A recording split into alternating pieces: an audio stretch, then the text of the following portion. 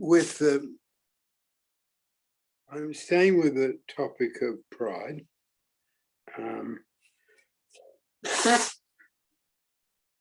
And you know, thank you for that story, Cease, because it fits, okay? Because what I want to talk about today is pride and the material life force, and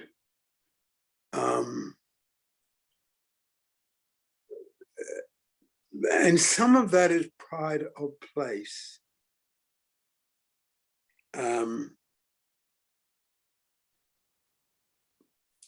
And yes, I do have a pride in, you know, the story you told about the Agropoli train station,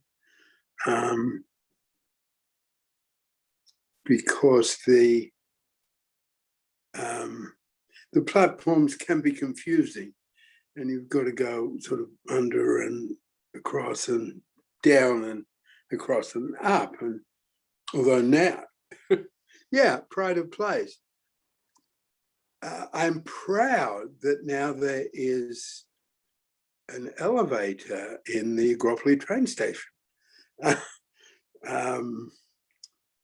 And that, you know, the part of pride that has a sense of place is sort of important. I just want to, you know, once again, place pride in the context with which we're looking at it here. And, you know, remember that pride is a way that we carry our past forward in such a way that we can survive and thrive. And as you'll remember, I started this with, you know, to be frank, a passionate interest in how some people survive the impossible, whether it's slavery, whether it's persecution, whether it's, you know, other times in history in this country, you know, crushing exploitation of workers, including children, who were not in any way privileged, and did not have political representation. You know, they provided the labor of the prosperity of early capitalism, in the way slaves, well, we can go back a little further than the southern states of America, where slaves provided the prosperity of ancient Greece. You know, slavery has been around in various forms for a very, very long time. You know, if you look at the breadth of human history, or the, you know, the bit where, you know, slavery would be almost universally unacceptable, you know, it's a tiny little bit, you know, a couple of centuries out of 30,000 years. So, you know, the bit where I started was looking at, you know, how did people survive these terrible things and come through in such a way that they held on to the possibility of a good life. I mean, if we take another point of pride, and, you know, I'm very aware that I'm the only man in these forums, most of the often. So I want to say this with hopefully balance, okay? But when women for generations and millennia were exploited, would know in individual ways that they had power, within the family or in some sense, but would not have power in any way that was secure,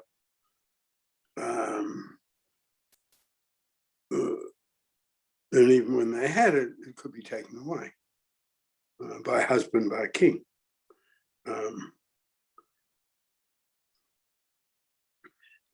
So, generations of slaves, and now, there wasn't the other thing we've looked at a lot here.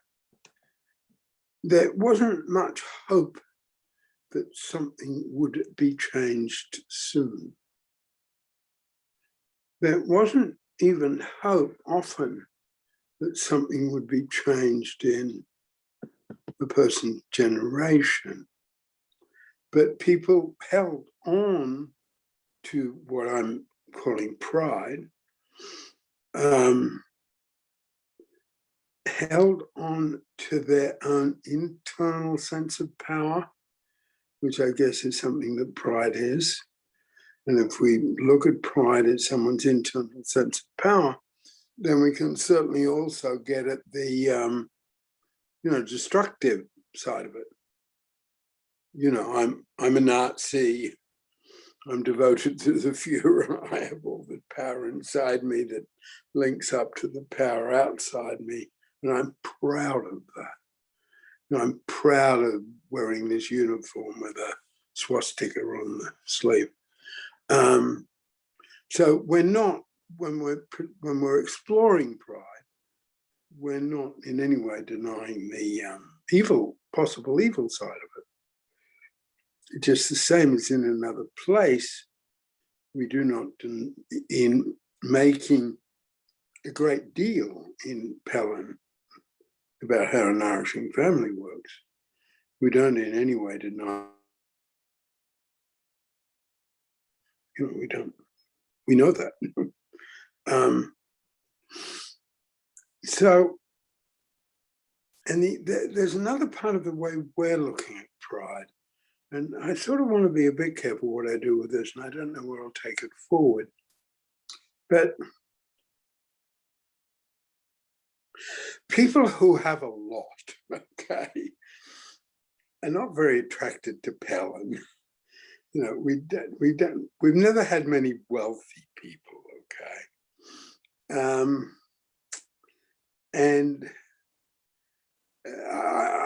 I'm just sort of recognizing that as that's just a fact. We've got these 2 anniversaries coming up, David's death and me opening the Pelham Institute, 50th anniversaries, and 2 years of celebration.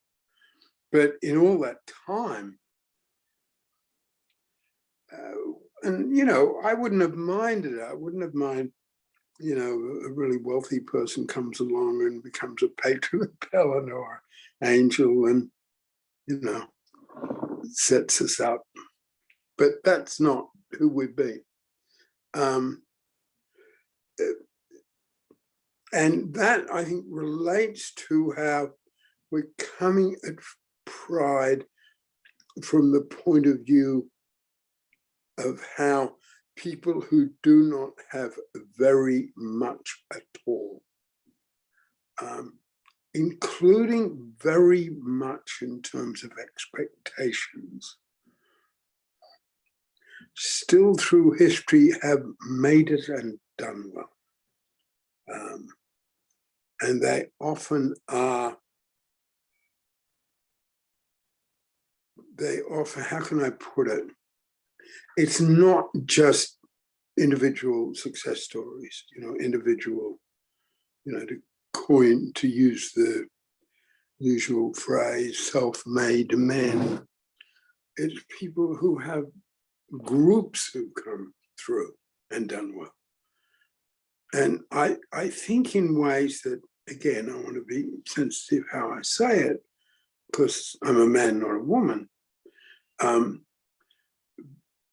But I think it's a sustainable argument that women as groups, certainly a sustainable argument in this day and age, have often come through with pride as being part of a group. Now, I think the Quakers have some of that. I think different religious groups have some of that. And of course, women achieving political power and women achieving the sort of political power they've got now.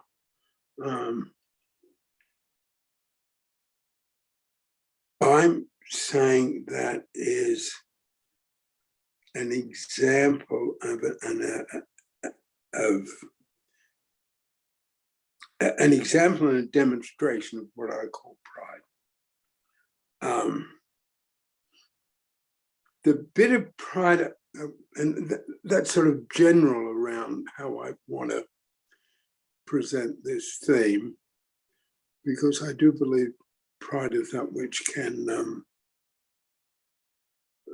give people, I guess in Pelham terms, we'd say both feelings of accomplishment and purpose that they sort of grab onto and hold onto with might,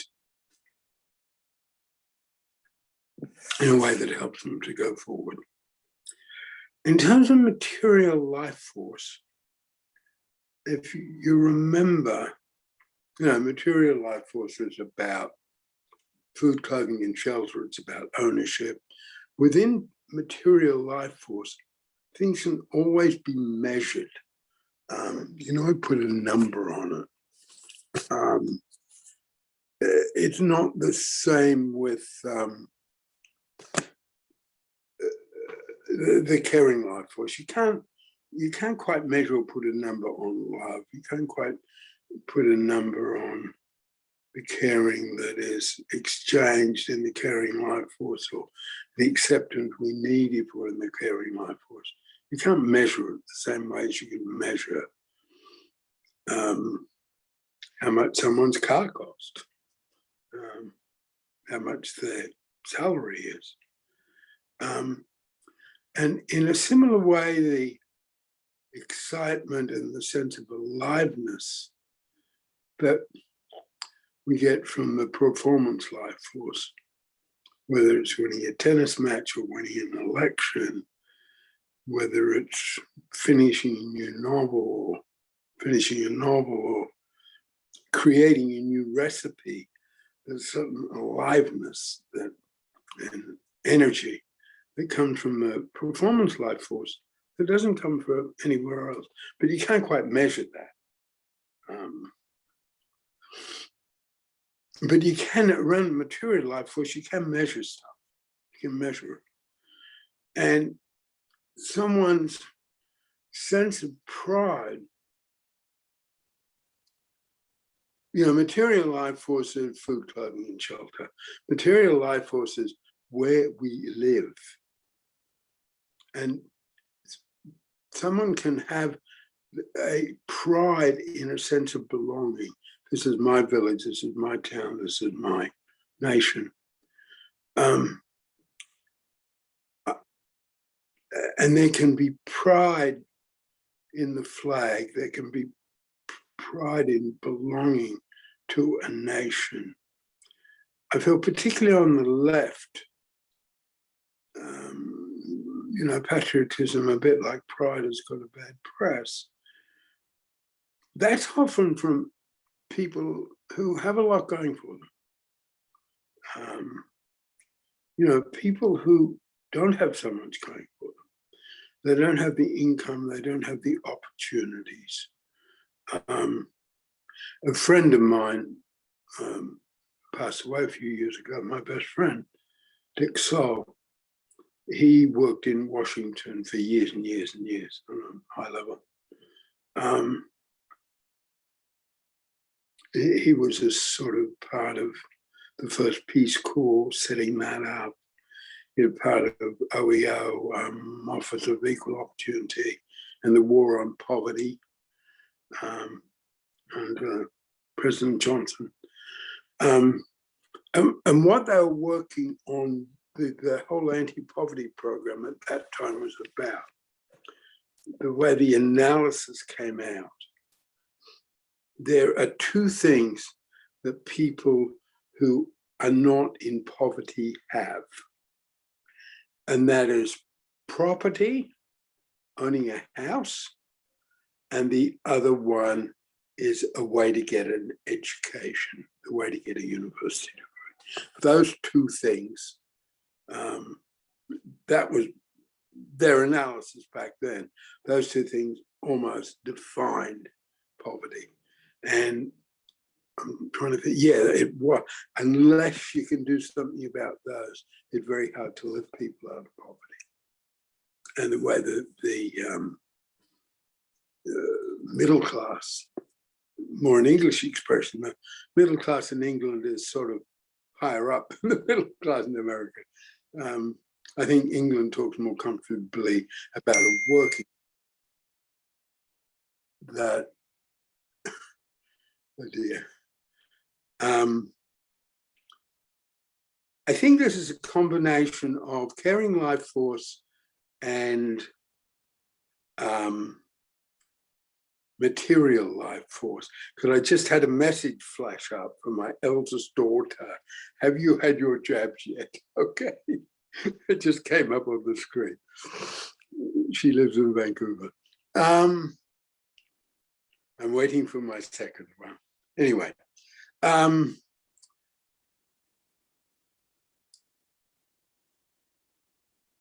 got distracted by that. Yeah, so, you know, they're struggling with pride. When, you know, it's really clearly established, they are the two parts out of poverty. Owning your own property, which means being able to get a mortgage and pay it, and having a stream to an education. And that's what the middle class in America and elsewhere has always had. And if you can keep people away from those two things, if you can keep people away from owning a home or having a stream towards education, then you can keep them in poverty and then you can oppress them. Anyway, given that as a background, and that's material life force. Yeah, being able to have a home that you will ultimately own, and in your own old age you will own it, and being able to get the education that will give you a job within which, more or less, you will have a secure income, and an income that will increase over time in some form. And yet people without those things still find a way to maintain or grab onto a pride that will enable them to at least get through hard times. And I think the sense of place and identifying with place, with a town, or in another way, with a country, helps people to have that particular energy that is pride. And there is also the pride we achieve with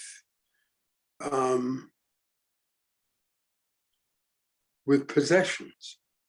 You know, the pride of less privileged people, well, black people, people of color, redlining in America, and not being able to rent or own the property they would like because things are stacked against them, would buy a big car, would have that pride, the pride in that car. And here, where there was a much more, a class system that was hard to breach, because so much of the class system in England was based on schooling, and in that way it was based on accents. When I first went to America, I went because, another long story at some time, not now, but I was in London studying, and an American I met there said, I can get you a job in California over the summer, in Los Angeles. And wow, that was just amazing for me.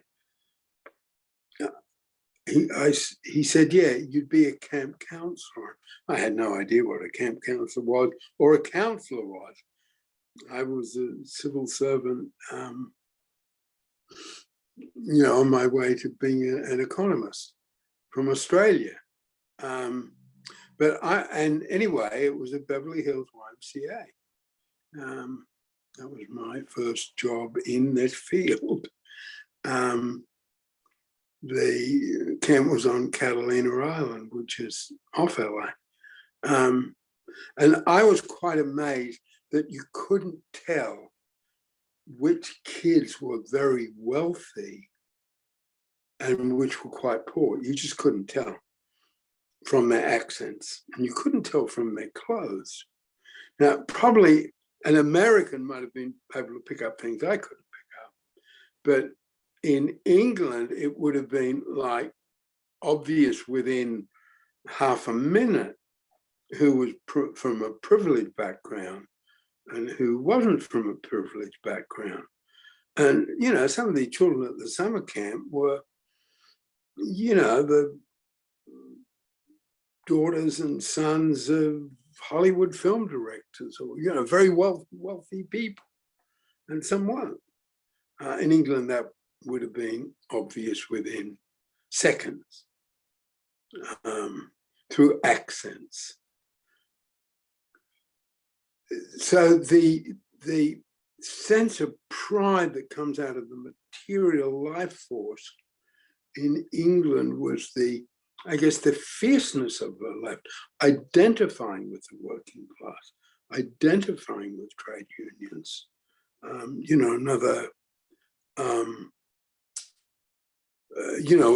The other forum, when we looked at music, trade unions had songs. They had meetings and they sung songs as well as they had political discussion. But there was a huge sense of pride about being working class. And there would be difficult, and there still is in some sense in England, the Labour Party, and it's a funny, because I'm Australian, I'm not English, so I'm an immigrant here. Well, it doesn't seem that much like it. And Australia, if we take the thing another way, Australia is enormously proud of the country, the identification with the country, and that identification with, we're not a class system the way England's a class system. In England, the working class, the material life force, would be proud of their accents of their cloth cap, of being a trade union representative, rather than a lawyer who went to, it's a funny use of the word, the term public school in England means the most expensive private schools. It's an odd sort of, so a public school boy means someone who is very upper class or upper class in the main. Bringing this back to the material life force, it's, recognizing that there is pride in possessions, there's pride in place, there's pride in home. There's even a sort of common sense expression how we're proud of our home. And those things are material life force, and you can put numbers on them. Where we live can be measured. It has so many square feet or square meters. It has so many rooms. Someone owns a house that sits on a piece of property, they will say how big that property is. Whether it's half an acre or 10 acres, that's material life force when you put numbers on things. I guess it's almost a better way to describe the material life force is that which you can put numbers on. That probably is a slightly better way of describing that can be measured.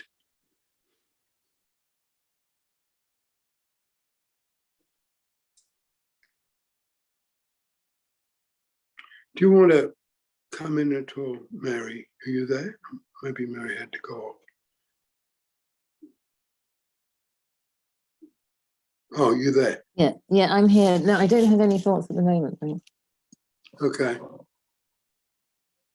Cease? Yeah, there was a new study that came out in the US, which was interesting, having to do with money. They did a study where they gave money to poor families rather than giving them some particular food or goods and everything.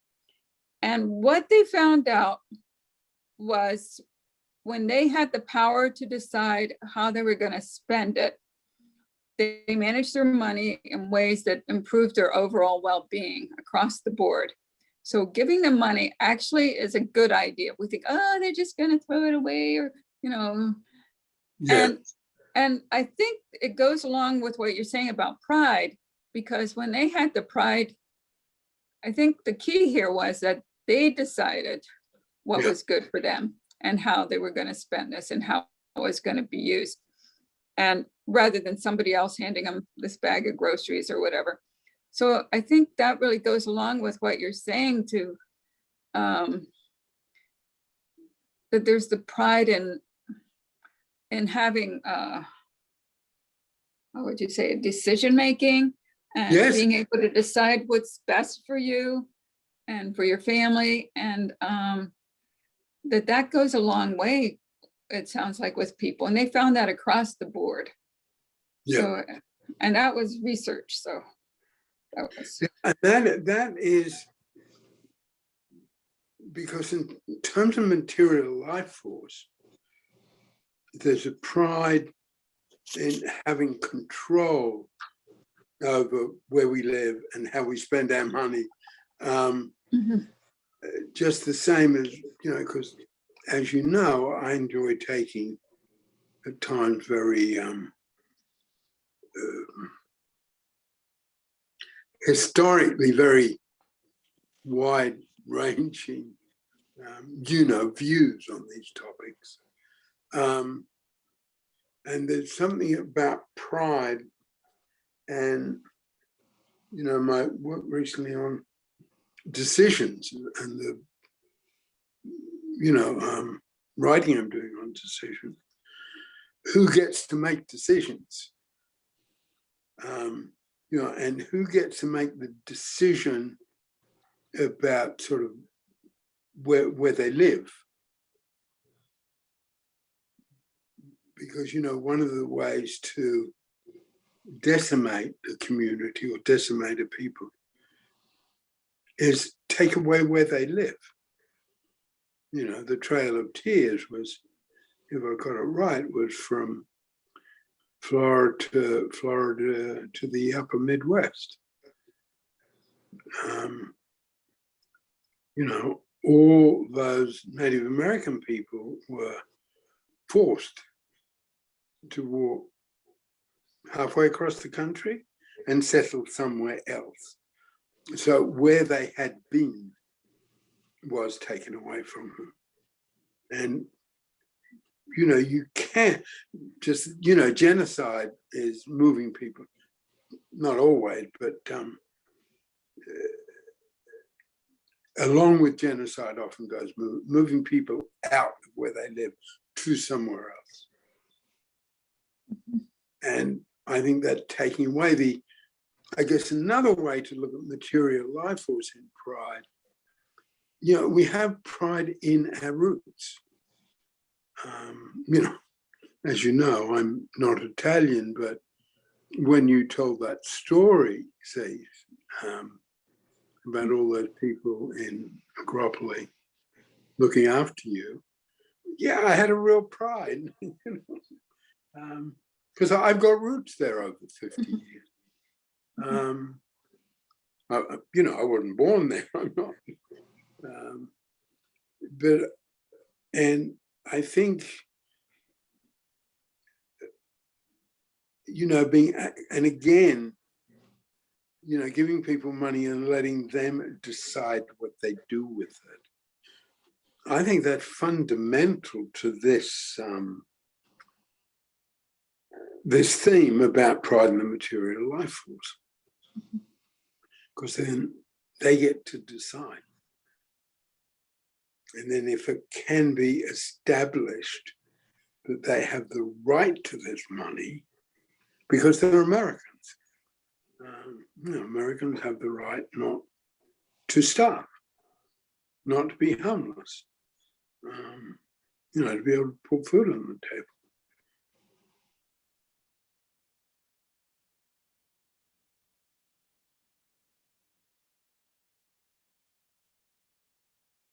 Do you want to come in at all, Cynthia?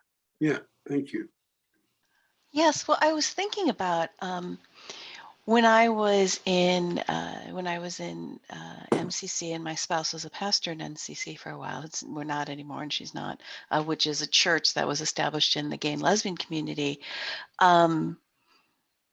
And one of the things that was really interesting when I was there is that we had people from all backgrounds, pretty much. There were a few kids who had, but it was very new. It was started, I think, in 1968. So there weren't a lot of people who were raised in it. So people came from all different Christian backgrounds. Most would, and what was fascinating in particular with people coming from the Black churches, from the Black Baptist churches, and there was some different ethos among, particularly, actually there's a really strong different ethos between people from the Black Baptist church and like white liberal churches. That may have said that they were open, but the whole congregation was white, or with maybe, and a lot of MCCs were like that too, depending on where we were. There were, but people from there have a much different view of things, like how much you should pay your pastor, and whether or not to be formal or informal. And it was people from the Black churches, liberals, like, oh, well, we could be informal, and they tend to be really stingy about paying their pastors. But people from the Black churches were a lot of times appalled by it. And there was also a lot more formality in general. And one of the things they said, it's like, so much has been taken from us, and so much pride. We give each other, we call each other Mr. and Mrs., and we call our pastor, and there was also a pride in how much they paid their pastor. And in fact, a lot of their pastors were paid very, very well. And part of it was the ability, they had a pride in being able to pay their pastors well. Yeah. Which is something that my spouse actually kind of envied, but because in MC, and that was a big thing, and that was actually a really big thing in MCC, and we called that part of oppression sickness, is that it was really hard to get people, even though we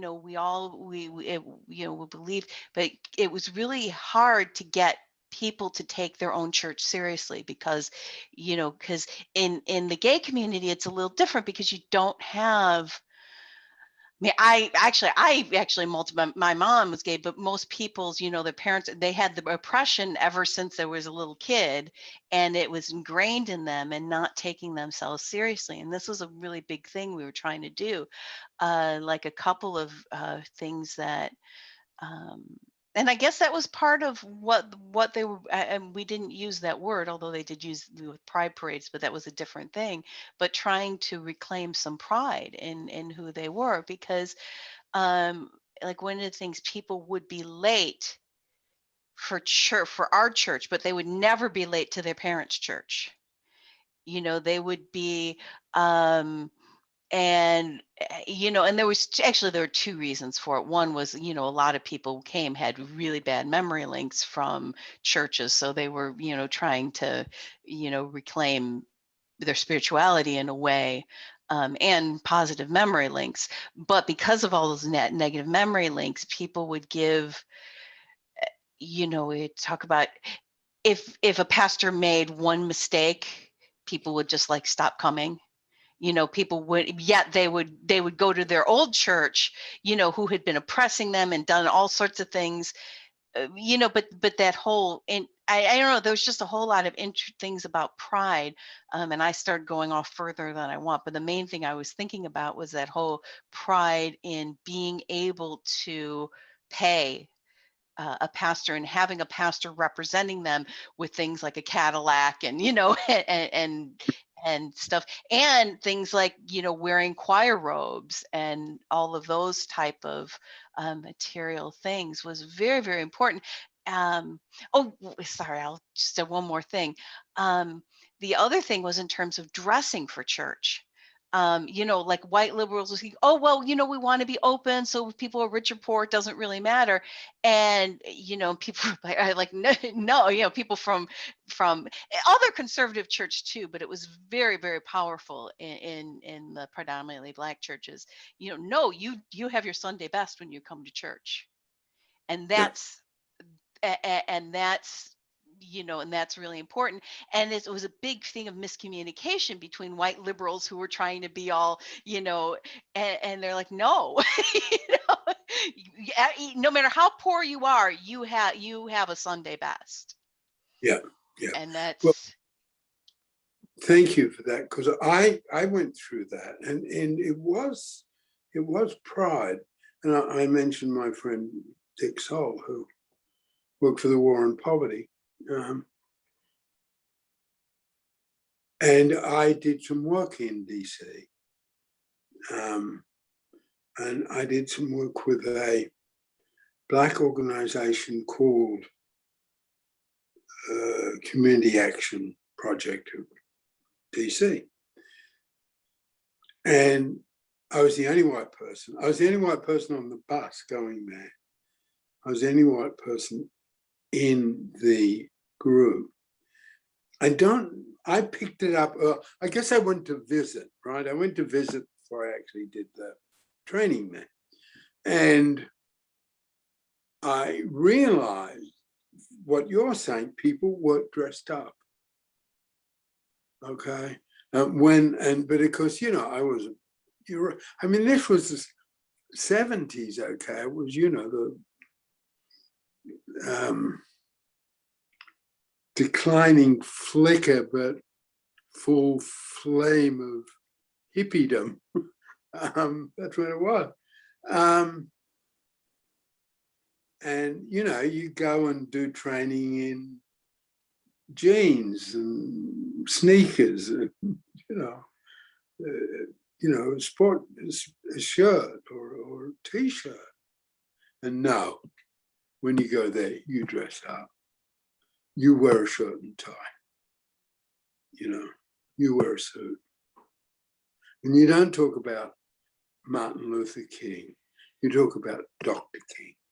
And you were right, the respect that they the issue of respect was a really, really big one. I learned a lot from that. And I think it's the same as what you're saying.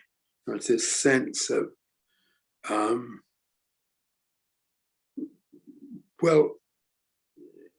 it certainly started off, so much had been taken away from us. We want to claim what we have. But then it came something more than that. And, it's interesting that not a Black person by any means, but the way the president's wife wants to call herself Dr. Biden, and the way these sort of people, have trouble with powerful women, want to ridicule her for that. And she wants to call, and she's got a doctorate in education from a not very prestigious university, but she is going to be Dr. Biden. And she's won that battle. She's won that battle. But it's almost material life force. They want to take that away from her. Okay. They wouldn't take it away from a man. They certainly won't take it away from her.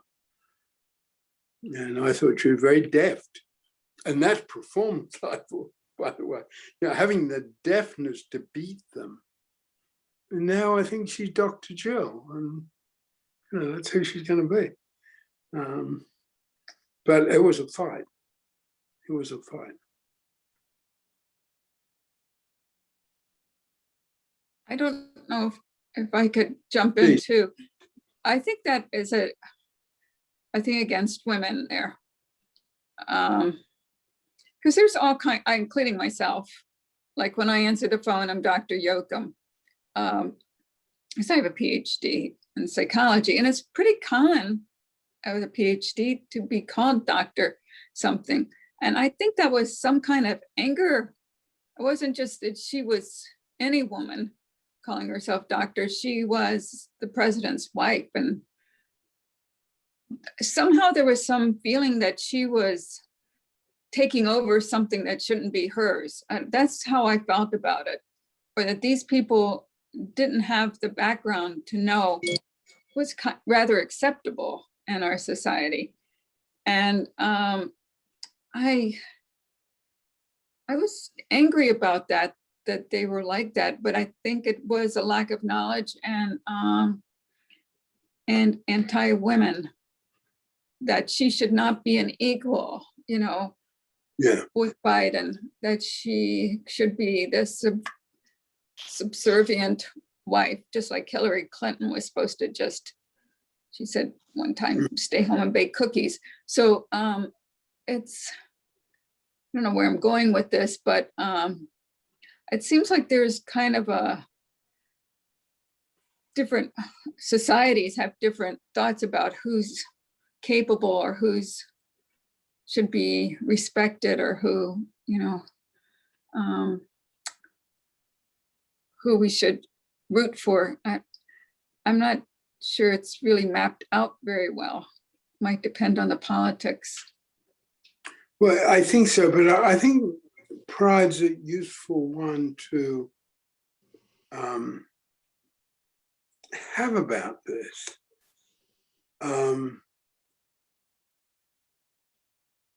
Because it's almost, if you're allowed to have pride, then you're on your way to having power. We can take our pride away from you, because it's interesting in terms of women, Shame Victoria's not here, but ask her another time.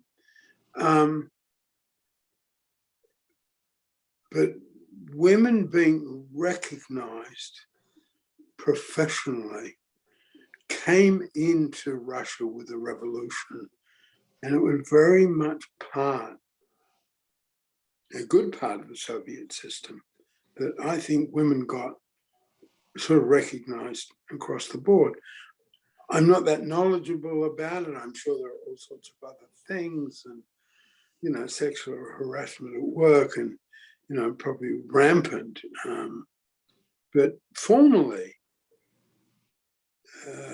I think it's the case, and I think it's also the case of Israel, that women could be doctors, engineers, you know, medical doctors, engineers, have sort of high status professional careers earlier than Western countries. And that's really, you know, that's stuff we've looked at before, that very much pride in the performance life force. And I think in France, I think it's just a mess. And that's around the sexual exploitation, sexual harassment issue. You know, and that's almost you know, that's sort of not politics, but I mean, it's a huge generalization. But I think any, you know, really established high status French left-wing intellectual will be a womanizer. Goes with the territory. Cynthia. Well, I just want to mention something a little bit on the we're talking about women. It's a little bit of a Little bit more tangent. volume. Oh, sorry, it's a little bit of a tangent, but in terms of pride, one of the things that I don't think it's just women being put down, but the whole feminine, even I'm not saying that women should there, but the fact, oh, I'm just baking home doing cookies is also very dismissive of traditional Right. feminine roles, which in terms of pride, if you want to think about what has created a lot of things like culture, your sense of country, your sense of home, women have been I mean, they haven't been recognized, but the women in actually very traditional women roles have done a lot of the things that have promoted it. You know, the foods that, I mean, what do you think of when you think of your culture? You think of your traditional foods, the clothing, and just your sense of community and your sense of, you know, holding your family together. You know, and I guess I'm going more on a tangent in a personal way. You know, I have to say one of my biggest heroes is my grandmother, my late grandmother. And, you know, they were poor. I mean, they were very poor for a while. My grandfather, when he came here, he owned a tavern and he went bankrupt. And she managed, they had 4 children by that point, to get them a home, to do everything. She actually took over the finances because she says, you know, if I let him do it, we would be in the poorhouse. And kept the connections to Sweden. I mean, and you know, sorry, I hope this is okay. I guess I started to get real personal about this, but you know, I mean, I don't know how she did it. I don't have nearly her. I mean, you know, she always had money. She had a savings. How she has savings? I mean, they never had any money. She was living on Social Security, but she just, I mean, she would be proud of the fact what she got at a resale store for, you know, $5, and she'd refurbish it. But that whole sense of, you know, coming to this, she didn't know any English when she came here, learning English, but still maintaining, you know, and that was a time, and now it's kind of cool to be an immigrant if you're from Europe, but then it wasn't, you know, in the 50s, you know, my uncle, when he was, you know, in fact, that was one way she could get him to come home quick, if she called out Stigone instead of Steve, because he didn't want everybody to know, you know, that he was an immigrant. But I don't know, that whole, I mean, I think there's just, I guess where I'm going with this is there's so much of pride that actually has been held by women, even though Yes. it's been taken away, and have been promoted and given the strength. You know, many of, especially people who are poor, and a lot of that wouldn't happen if it wasn't for the mothers and for the aunts and for the, you know, so anyways, I'll stop there. Okay, can I say something to that, Cynthia? Because that opened my eyes to something that Hillary did that probably did turn off a lot of women when she made that quote. When she made that quote, when Bill was elected, that she was going to do stuff and not going to stay home and make cookies. And that was a little bit of snobbishness, I guess, that she had, that that probably really turned off a lot of the women that you're talking about.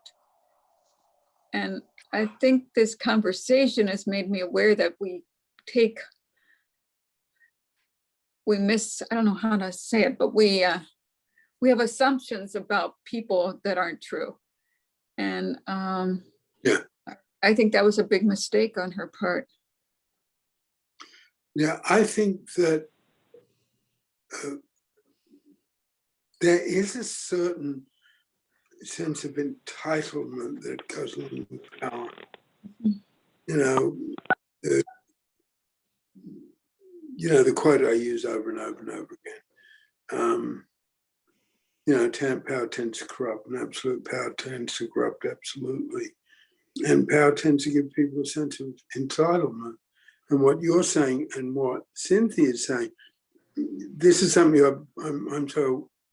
I think that point is so important, because it's something I'm grappled with and I haven't quite got yet, but you got it for me, thank you. In terms of material life force, there's a power in running the family budget. There's a power in baking the best cookies or putting on the best meals. I mean, a put-downy way is saying it, you know, I'm not going to stay home and bake cookies, but, and certainly in the south of Italy, you know, where, well, you know, I've had my connection there 50 years next year. And women are extraordinarily proud about their cooking. And, you know, it's just a sort of something everyone knows and they don't even talk about. You know, the best meals are the meals cooked at home. The best meals are in no way the meals you get at restaurants. They're a sort of shadow. And, you know, women in villages for generations have developed their own recipes, right? And the power in that and the way that sort of holds the family together, and your story about your grandmother who held the family together, held it together. And I don't think there's any doubt that the absolutely crucial nature of Afro-American women over the centuries of slavery, and I don't think there's any doubt about. You know, they were, I don't know how to say it, they were the most significant factor, almost. Anyway, that's one way of looking at it. And, you know, the whole truth, I've only got a tiny little bit of the truth about American slavery. But and I think some of that is in food, you know. And, you know, as you know, I've seen it in foster caring, where the pride is taken away with a statement, you're just the foster carer. And when I'm presenting my point of view around in my point of view, as foster carer, to more significant work than me, pretty simply. I trace a political, and I present this publicly. I trace a lineage. Now, you're just a foster carer. You're just a woman. You're just his mother. You're just a slave. A whole series of a whole series of oppression. A whole history of oppression with that phrase, you are just. And it's almost, oh, you're just the cook. No, there's a superb food that's put on that's, significant to this village or this region. And it gets dismissed. Just the same as farm workers aren't as important as computer programmers. Certainly don't get paid as much. And we could live without computer programs. We can't live without food. There's another story in terms of that I learned. I was watching. I like the Great Courses Plus. We have an all-you-can-eat one, but one was on American history and from the Smithsonian. And one of the stories that was really interesting, and I don't remember the women. I shouldn't remember. But it was women who did this, who decided that the American revolutionaries needed uniforms, because the soldiers didn't have uniforms to start with. And they said, no, you can't have cohesion without uniforms. And they actually took it upon themselves to design the uniforms, get the stuff, and make sure that they all had uniforms. And because but it was thinking about in terms of pride and the things that bring pride and these things that we take for granted, but they really are insignificant. That's interesting, because that is my sort of thesis about, there is, what we call a material life force. There's a fundamental link to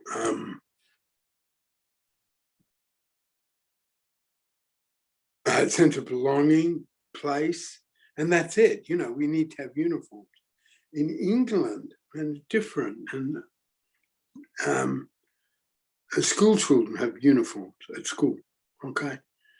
And that gives a sense I belong to that school. It's one of the ways that pride comes into children, is having pride in their school. And that can be a real plus. It can be, that can be a road to success rather than hating school.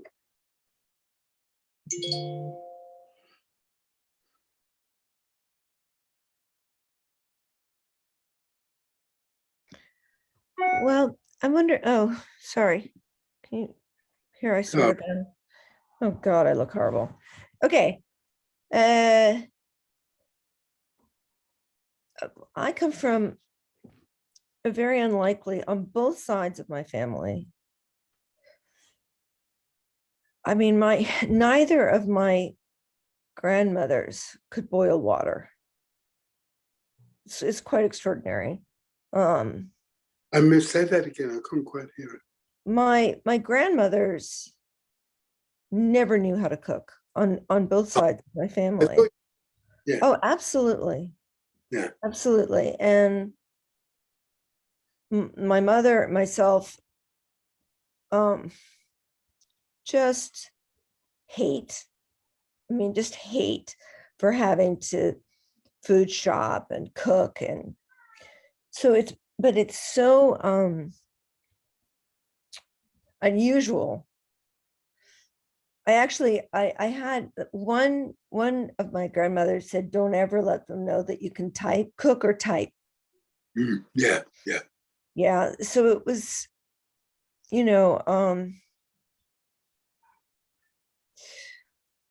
but food, it seems to me, is a way of bringing home with you. So if you're a refugee, if you're the diaspora, if you're in the concentration camp, I mean, there's a recipe book for the recipes that the women committed to memory with one another, to hold themselves together, is to imagine that they would cook again and to not forget the recipes. And they found evidence of this. Yeah, and they made a book. You put the back into that. Yeah, that survived. They survived the, in the recipe survived. The women didn't. But Yeah. this whole, what's it called? The morphogenetic field or something. But that when you take in, it's like sacrament, like the wafer. And taste and smell is so strong for sense memory that certain foods everyone knows are that family's comfort foods. And I remember, and then the doctors come. Here come the doctors in the white coats, and they tell you what happens in your kitchen suddenly becomes their business. So, like, I remember my grandparents eating margarine and saccharin instead of butter and sugar, and no salt, for the dill pickles or whatever, and my grandfather's life. And I just wonder how much of all of that just depressed the hell out of them. And in some ways, it feels like a kind of colonialism to come in and say, and I'm thinking of you, Cynthia, like, I don't know everything that goes along with a doctor getting into your business, which is what you take into your body, and I know that the taste of home, what's homey, Hamish, is it's a way of having an experience in your senses of your ancestral history, your people, and which includes the most disgusting stuff in the world that I think is almost a challenge to anyone else. Like, of course, I don't enjoy gefilte fish. Who would? But but I'll eat it with horseradish. You know what I mean? And white fish with a stupid little eye looking at you, and so on. But anyway, I was just thinking about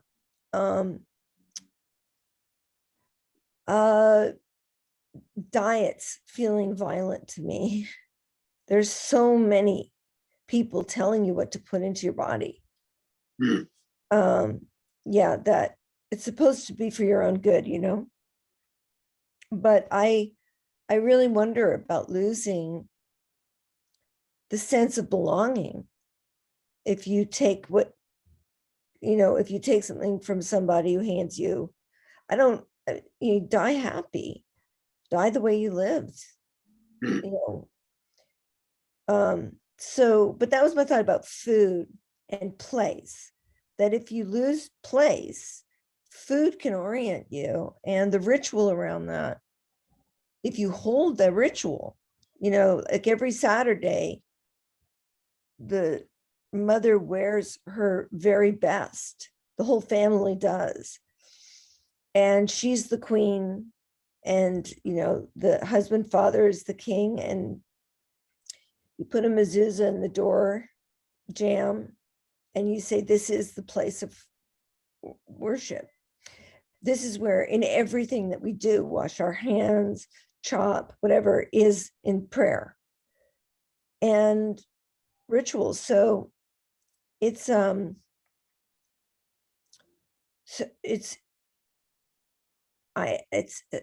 hilarious to me. I mean, I don't understand how I really have tried to figure out how I can get food irrelevant in my life. And I have to keep eating. It's unbelievable. If I keep eating, I have to go and get more food out there. And I just cannot believe how demanding it is. Supposed to eat 3 times a day. I mean, I remember Phyllis Diller saying, you know, you do the laundry and then 6 months later, you have to do it all over again. That's how I feel about what I really treasure that other people have that I don't. You know, my oven is used as extra storage, you know. But I think there's a sadness to that. You know, there's during COVID, because you know what you do is you order out, like you order Chinese, and that is the tradition, is that you have all of your best places in the neighborhood, but you don't spend all day making the sauce like Italian, you know, or 2 days. You know, you make a call. So that's become what I it's like that's just how my family and my people roll, you know. Probably because it's urban, that you start off in a place that's urban and you're very cramped and small, and I don't know, there's just you know, in New York, like just that you can get something to eat at any hour. If you're hungry and it's 4 a.m., there's some Chinese food joint that's open or whatever. So I was thinking of that, and I was just also thinking of place and where make home in your head. There's front page news yesterday that is it alma mater, or like where I got my BA, is Mills College. It's an all-women's college, and has been. I mean, it's I'm not sure how many hundreds of years old, but what's interesting is that I was part of the graduating class that they said that they needed to go co-ed to make it. And we fired the president. And she canceled graduation for us because we're protesting. But all of the identified as women and women of this college, and the college identity was so important that now it's going to close it. They're going to close their doors, but they're not going to try to raise money by changing the integrity of what Mills College has meant for us. Yeah, that it goes down the way that it's going to go down as an all women's college that's eating it now. And I really was shocked at how my heart just fell down to my feet. I haven't been back there since I graduated in 1990. I went once in Oakland, but I need to know that it's there. Yeah. I think that's the pride of place. I think it's really important. And I think, you know, and again, I only know this through reading or television programs. I don't know it really. But, you know, the HBUC, the Historical Black University and Colleges, they've done something about holding on to pride. They really have. You know, sort of like a campaign. You know, they latched on. Well, I guess they were part of the civil rights movement, and that was sort of full of pride. But then they certainly transferred that pride to the HBUC colleges and universities. Cynthia. Actually, what Tamara said reminded me of one of the things that I remember. I remember it seems like it was like 100 years ago, but it was just last January when we had the Capitol riots. That was one of the things, and I didn't even realize how, because I don't necessarily, I mean, I don't think about my pride in being United States, but I must have had it because I was because I think when I think of my identity, I think more of the Scandinavian part, of my identity, because, well, that's what my grandmother did. She considered herself, but, but I also think that was one of the things. I mean, when the Capitol riots, because it's like, to me, this would be like, this is not something I thought could have ever happened here in terms of it, and not just, I mean, yes, we have protests and violence, but the idea of a sitting president of the United States trying to overthrow an election by violence. I mean, that is just something that was, that's something I've never in my wildest, I mean, it happens other places, but that's something that couldn't happen here. I mean, it failed, thank goodness. But I also think that that's one of the things that was very helpful about the inauguration, and why I think, I mean, not that she's a great poet, but I think even more than that, what Amanda Gorman did was help to restore, with her poem, help restore some of that pride of place. Yeah. And it, after those Capitol riots. I mean, I don't know, it's, it didn't quite do it, but I think that really No, I helped think a lot. No, I think you've really got something there, because it was place. The Capitol is a place, like, the other cities, the House of Parliament in England is a place, Buckingham Palace is a place. So I think the place as a building can be really significant, really, really significant.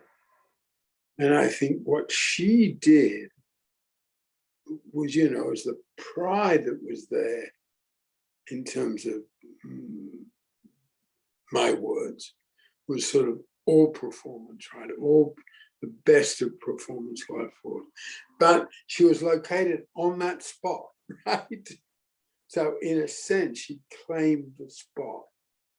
It's a bit like you were saying, Tamara. You haven't even been there, but you wanted it there. You wanted it there. And yeah, I think we have that. I can think of the Sydney Harbour Bridge and get teary-eyed, okay? Right, sort of the Sydney Opera House was built after I left Australia, so I don't have the feeling for it, but I've got the feeling for a bridge. And that might sound strange, but anyone from Sydney would totally understand what I'm talking about when I talk about the bridge.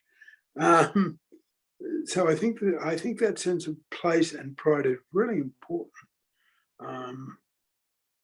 And we were talking about food, and when I was thinking of the Cilento, because I forgot a bit to say there, because these were women making these great recipes and essentially putting together a diet. I mean, that is where the famous Mediterranean diet comes from the Cilento. The diet, and you can see, and people live forever. And there's something about the pride of women, and yet it was until quite recently sort of severely, almost disastrously sexist society. I talked about women of the shadows because women never came out of the house. Okay? But they had this thing around food, right? They had a pride there. Geez. I don't know if you know this, but Patricia Latracchia, Yep. Yep, she's a big foodie. She's done TED Talks on Italian No, food. Do you know that? Huh? You knew I was that? going to thank you for bringing it up. Yeah, her Yeah. name is Patricia Latrecchia, Mhm. L-A, new word, T-E-C-C. So yeah, I've talked to her. Yeah. And she's the daughter of my best friend in Italy. Yeah. And she is a university professor in Tampa, Florida. Hmm. She grew up in the place where Cease was put on the train. Yeah, and she's done TED Talks about the food. Mhm. of that. Yeah. That's And what- she, yeah. We keep meaning to get together, but we never have. But she's also an environmentalist and a food justice person and all this Yeah, and- stuff. And Yeah. I just think she kind of embodies what you're talking about. Yeah. Yeah, I want Patricia to be part of our 2 years of celebration. I mean, the first Oh. is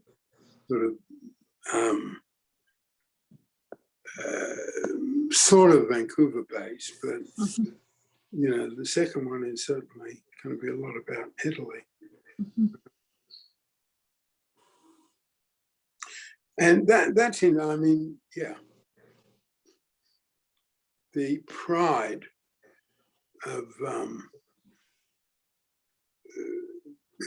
it's not for me to say, maybe I'll ask Patricia to write a bit about it. But the pride of women who grow up in an oppressed society, but still find a way to have that pride. Mhm.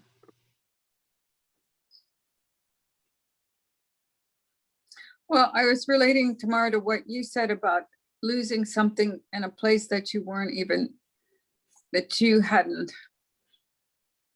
I don't know how to, you weren't there anymore, but but a loss that you felt. And I can definitely feel that when I've gone back to places where I used to live and the house is no longer there, the neighborhood is different. It's like it's just in a dream that I had, and it's not something that I can hold on to anymore, except in like a dream kind of status. And it's a loss of that feeling of home for me. Yeah. I'm thinking about Washington, D.C. in particular.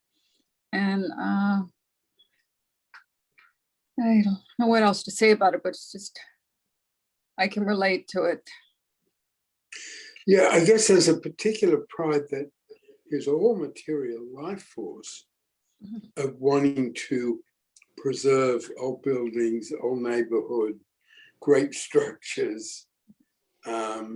Nan's not here, but a friend of mine in Cincinnati, to get to her place, you go over this covered bridge, okay?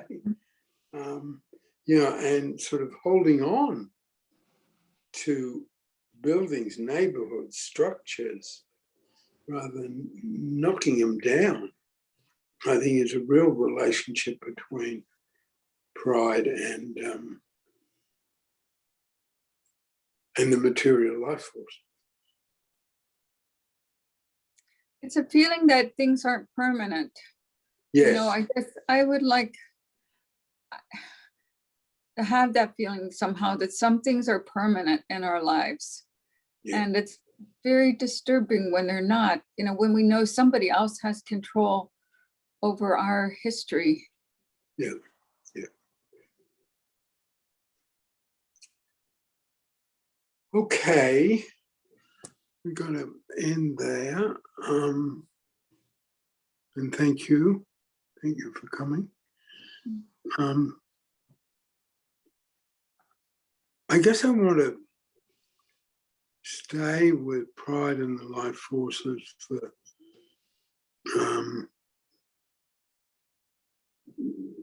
the one I'll be doing next time I'm here. That's Sunday, isn't it? Yeah.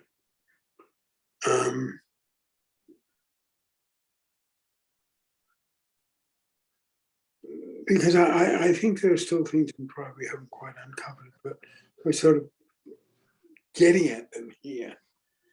Because I think some of the things we're looking at, if you want to dominate someone, if you dominate a group of people, take their pride away. Like there's native Indians, to use that word, Native Americans, First Nation Canadians. I mean, that's the way they got dominated. Take their pride away and we can wipe them out. It was almost deliberate policy. Okay, Could I share one positive remembrance here? I went to undergraduate at Ohio University, and they were in the basketball championships last night. They were like way low on the Tatum pole, and they were playing, I think it was University of Virginia, that was way up there. And this young guy who had been at Ohio University, and I never went to their games when I was there, but when he was in high school, he sat on a bench most of the time. He was the star of the show. He got the winning basket in at the very last second. And I was like, yay, you know, like, anyway, I felt all this pride for my old school that they were doing this. And it was so weird to have all this school pride over something I never had participated in. But it's funny how far back that can reach. That pride can go back a ways to something you don't realize is in there. And I didn't realize that. And so I'm going to watch the next one he's in. It was really fun, you know? So anyway, that was just a positive reach back to something. Okay, thank you. Okay, I'm in Norfolk in England. It's dark outside. Do you want to go next, Nikki? Anything you want to add to what we've been talking about? Yeah, Nikki, Wimbledon, 7:30, dark outside. I feel pride something I don't get. I just keep listening and thinking. Still haven't connected to anything yet. So I'm just curious about it in that way. Thanks. Mary? Mary in Rosarito Beach, Mexico, just after 12:30. Okay, Tamara? Tamara in San Francisco, 12:30 p.m. Okay, Cease? Cease, Tampa, Florida. It's 3:30 in the afternoon. Still kind of cloudy and dark. Okay, Cynthia? Cynthia, Kankakee, it's about 2:35, and it's still sunny and beautiful. And I really like the discussion today. So thank you. Okay. Well, thank you, and we'll see you soon. Watch this space. Okay, Thank bye-bye. Thanks. Bye. Bye. Bye, everyone. Bye bye, everyone. Yeah.